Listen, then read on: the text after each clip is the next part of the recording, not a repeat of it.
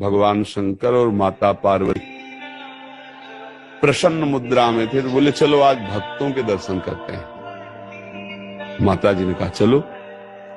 भगवान एक साधु के वेश में हो गए, माता जी पीछे साध्वी के रूप में हो गई।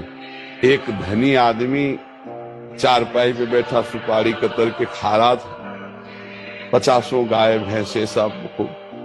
उससे कहा भाई 100 ग्राम दूध दे दो, हमारे ठाकुर को स्नान करवाना है। न जाने क्या क्या अशुद्ध शब्द बोल गए। पार्वती जी एकदम रुद्र दृष्टि में, हम दर्शन कराने आए भक्त के। पहले धूप का कष्ट सह ले तो छाया का सुख मिलता है, पहले अभक्त के दर्शन करो तब तुम्हें भक्त के दर्शन कराएंगे। हटे भगवान शिव और कहा हे भगवान श्री हरि, इसके पास जितनी संपत्ति है इससे और 100 गुना इसकी बढ़ जाए। माता जी ऑर्डर दानी तो कहते ही, उसने 100 ग्राम दूध नहीं दिया, गाली थी ऊपर से। और ये भगवान, फिर भगवान बोले आओ चलते हैं तुम्हें भक्त के दर्शन कराने।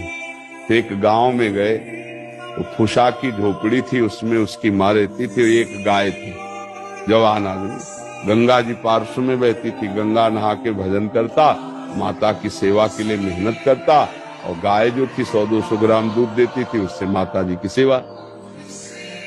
भगवान शिव गए, भैया ठाकुर जी की सेवा के लिए 100 ग्राम दूध।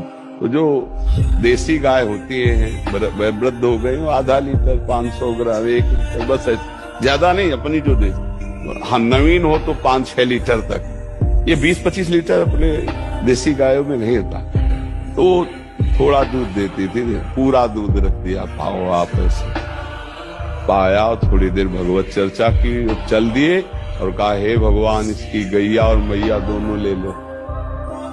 अंबा जी को अब नहीं रहा गया, बोले जो 100 ग्राम दूध ले दिया उसको 100 गुना संपत्ति दे दी। ये हिसाब हमारी समझ में नहीं आया।